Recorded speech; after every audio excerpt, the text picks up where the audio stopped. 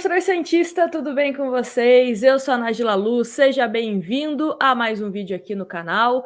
E hoje é dia daquele resumo semanal para você ficar por dentro, várias coisas acontecendo essa semana. Então assista até o final, porque alguma coisa pode ter passado por você. Então vamos comentar aqui, já comentando em relação ao Marinho, que não deve entrar em campo ainda nos próximos jogos, porque ele está com hematoma na coxa. Inclusive, trouxemos aqui o vídeo, né, com a informação que foi dada tanto pelo Globoesporte.com como pelo Diário do Peixe, um possível erro médico do Santos, né? Foi uma coisa que deu bastante discussões nas redes sociais, internamente, mas a princípio Marinho deve ficar fora aí para esse jogo contra o Fortaleza e dúvida também para a partida contra o Libertad. O Santos ainda não se manifestou em relação a esse hematoma e principalmente uma data possível, né, para que ele volte a ser relacionado pelo Fernando Diniz. Outra questão que aconteceu foi Arthur Gomes vendido ao Estoril de Portugal. Ele estava emprestado ao Atlético Goianiense, mas o que acontece? Tinha uma cláusula no contrato que era o seguinte: ó, Atlético Goianiense, se o Santos receber uma proposta de um clube da Europa, aí vocês vão ter que liberá-lo, né, para que ele possa, né, acertar tudo para jogar nesse novo clube, porque o Santos pode ser beneficiado financeiramente com isso. Quanto o Santos ganha agora?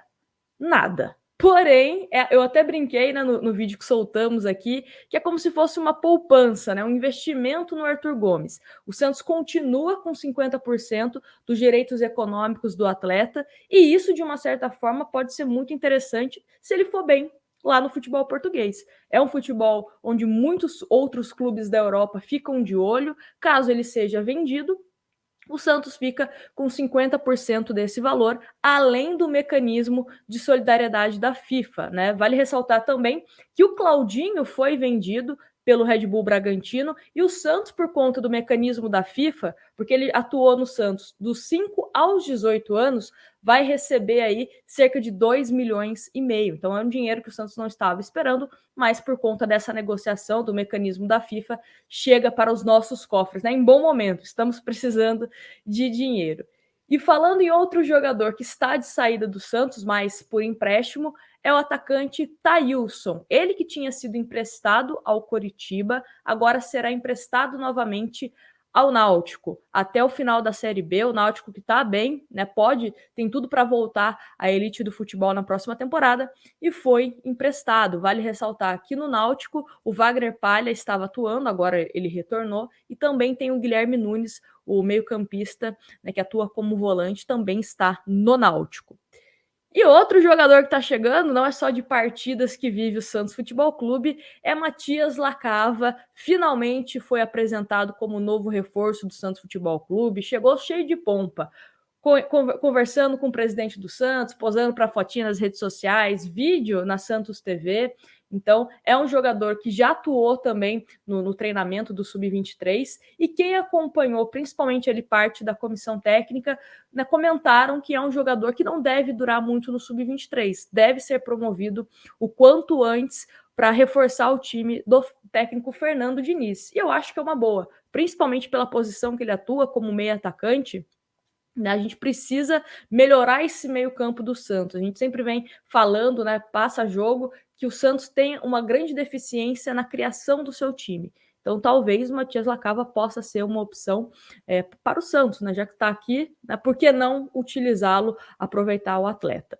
E já falando sobre essa questão do meio-campo, tivemos a partida contra o Libertad. O Santos acabou vencendo por 2-1. Tivemos de tudo, tivemos VAR atuando ao nosso favor, né, na marcação de um pênalti. Também tivemos a expulsão do Kaique, que foi uma expulsão correta, e na sequência, né, na falta que originou essa expulsão, o gol da equipe do Libertad, e o Santos, praticamente no último lance da partida, conseguiu a vitória. Uma jogada muito bacana que começou lá com o João Paulo, depois contamos com a velocidade do Lucas Braga e o Santos conseguiu essa vitória, né? Gol contra do Libertad para essa vitória. Mas o que eu quero chamar a atenção é a forma como o Santos se postou taticamente para essa partida contra os paraguaios na Sul-Americana. Por quê? Tivemos 4 meio-campistas. Camacho, Giamota, Pirani e Sanches. E principalmente a entrada do Pirani permitiu que o Santos tivesse uma movimentação mais interessante, né, entre ali seus meias, contra uma defesa que é mais estática, uma defesa mais lenta, que é a da equipe do Libertad. E o Santos se postou muito bem. Gostei da forma como o Santos se apresentou. Achei mais criativo, não teve tantos cruzamentos. Pode ser que seja uma solução aí para os próximos jogos, atuar com mais um homem de meio campo, né? Aí quem acabou perdendo chance foi o Marcos Leonardo, né? Acabou saindo do time para a entrada do Pirani. Mas, sinceramente, gostei. Talvez seja um esquema tático aí que a gente possa pensar com carinho para os próximos jogos.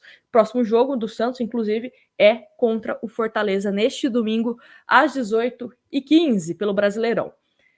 E ainda continuando, falar sobre reforços, o nome da vez que está em negociações é Ione Gonzalez. Aqui no Brasil, ele ficou bastante conhecido atuando pelo Fluminense, passou pelo Corinthians, estava no Ceará, mas apenas no Fluminense que ele foi bem, ou pelo menos teve um certo destaque, que foi exatamente com o Fernando Diniz. No Corinthians, a gente até subiu um vídeo, uma matéria, né, que falava que ele só tinha um chute certo no Corinthians, então com certeza não deixou saudades. O Ceará, inclusive, já liberou.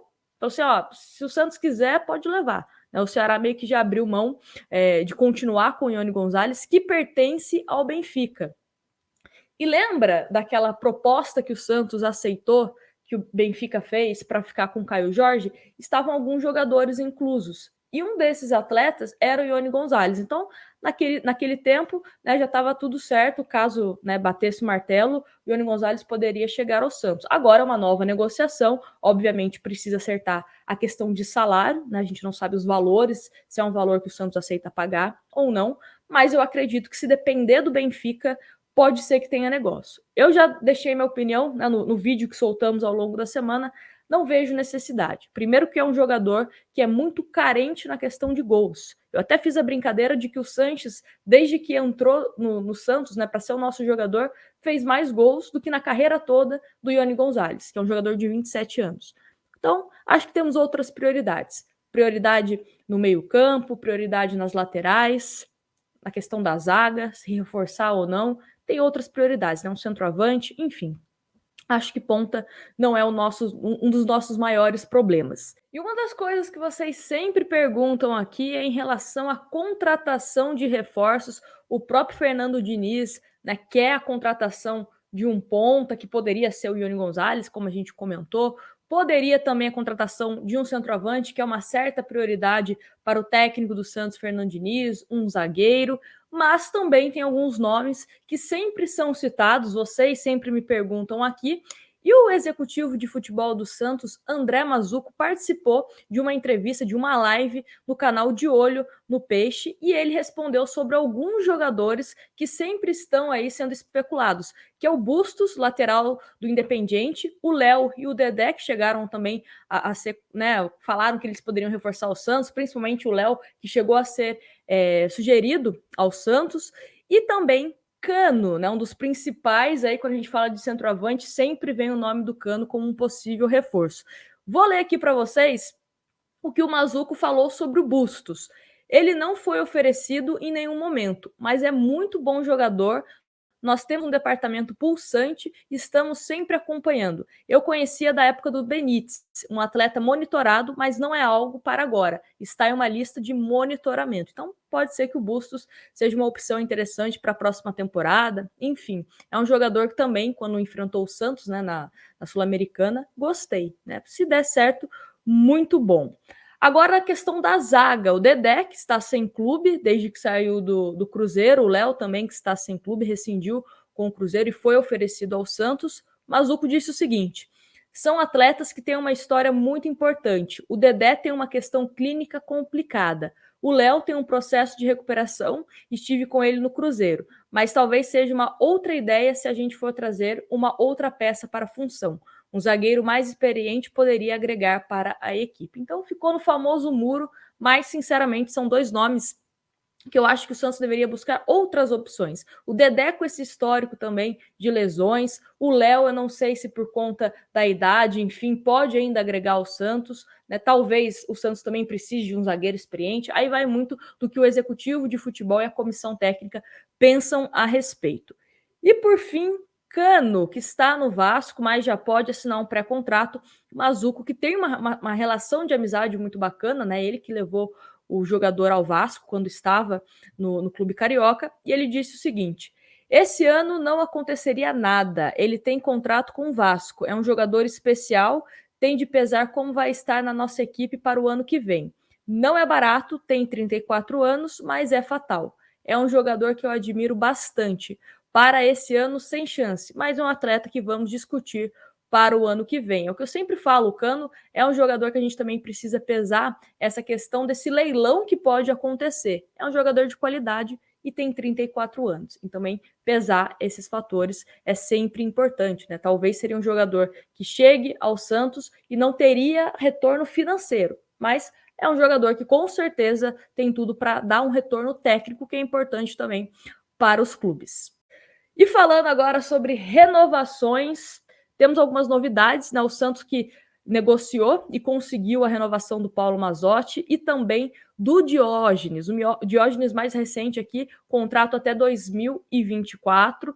E agora o Santos busca renovar com mais 2 jogadores que também são importantes, visando a longo prazo, né? São meninos da Vila, que é a questão do Balieiro e do Marcos Leonardo. O Balieiro tem 22 anos e o contrato dele com o Santos é até abril de 2022. Ele já fez 39 partidas pelo Santos Futebol Clube. O Marcos Leonardo, 18 anos, contrato até 22 de outubro de 2022 e já disputou 53 partidas. O Santos está confiante que vá acontecer esse acordo, né? Acredito que são jogadores interessantes para a gente, principalmente visando o elenco e para a próxima temporada. Eu vejo que o elenco do Santos hoje tem bons jogadores, só que é mais, né, precisa de mais experiência, quem sabe 2022, 2023. Mas é importante renovar para não passar tudo que passamos com o Caio Jorge, né? Aquela renovação que não deu certo e a gente teve que aceitar as migalhas da Juventus.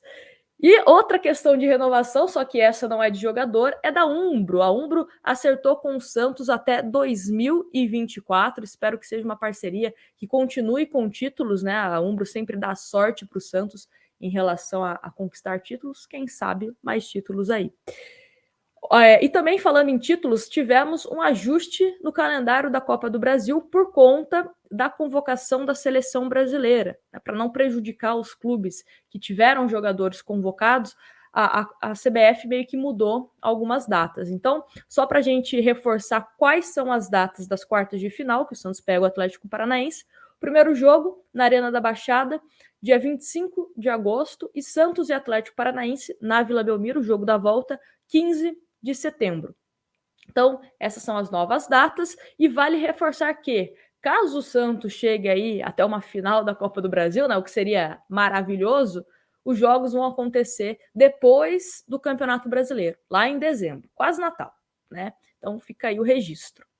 E também para a gente reforçar a questão do Alisson, né? O Alisson finalmente deu um ponto final nessa novela, todo mundo já estava ciente de que ele não ficaria no Santos, mas né, faltavam alguns detalhes. E foi confirmado a saída do Alisson, vai jogar na Arábia Saudita. E a proposta, né, que foi divulgada, principalmente nos sites que cobrem o Santos, 800 mil dólares, cerca de 4,2 milhões de reais. O Santos tem 70% dos direitos econômicos do jogador, que já tem 28 anos. Então, uma boa sorte aí para o Alisson. E para a gente encerrar aqui o nosso resumo semanal, Ângelo, que foi convocado pela Seleção Brasileira Sub-17 e desfalca o Santos aí, pelo menos as partidas que serão disputadas no Paraguai, contra o Paraguai, serão disputadas nos dias 2 e 5 de setembro em Assunção. Então, o Ângelo aí não deve ser uma opção. Se eu não me engano, o Santos tem um jogo contra o Cuiabá no dia do meu aniversário, dia 4 de setembro. Então, Ângelo deve ser desfalque. Mas, convenhamos, né? Ângelo não vem atuando tanto, então não sei se isso mudou alguma coisa ou não de fato, né? Na prática ali. Mas é isso. E não se esqueça, Santos e Fortaleza se enfrentam domingo às 18h15. Teremos o nosso tradicional pré-jogo, também teremos o nosso pós-jogo. Então, acabando o jogo, você já sabe, entra aqui no canal para a gente falar sobre esse Santos e Fortaleza, Fortaleza e Santos, né? Porque é um jogo fora de casa. Mas enfim, deixa o seu like se você gostou deste vídeo, se inscreva se é a primeira vez que você está aqui, porque todos os dias temos conteúdo sobre Santos Futebol Clube. Um grande abraço para vocês e até o próximo vídeo.